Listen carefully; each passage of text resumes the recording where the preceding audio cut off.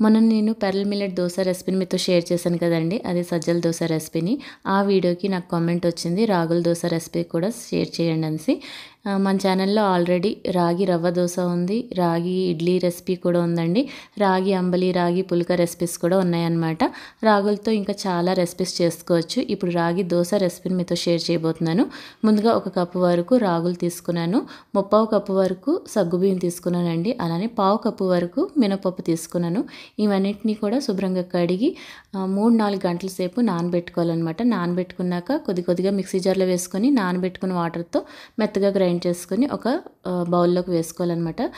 Already నేను చెప్పానండి, మీకు ఊతప్పం కానీ లేదంటే గుంత పొంగనాలు కావాలి అంటే పిండిని కాస్త పులియబెట్టుకోవాలన్నమాట. రుచికి సరిపడా సాల్ట్ పిండిలో కలుపుకున్నాక పెనం బాగా వేడెక్కాక కాస్త ఆయిల్తో గ్రీస్ చేసుకోవాలండి. ఆ తర్వాత గరిటతో పిండి తీసుకొని చక్కగా స్ప్రెడ్ చేసుకొని మళ్ళీ ఆయిల్ కొద్దిగా వేసుకొని పైన కారం చల్లుకోవాలండి. మీ దగ్గర ఇడ్లీ కారం ఉంటే ఇడ్లీ కారం వేసుకోండి, లేదంటే పచ్చికారం వేసుకున్నా బాగుంటుంది.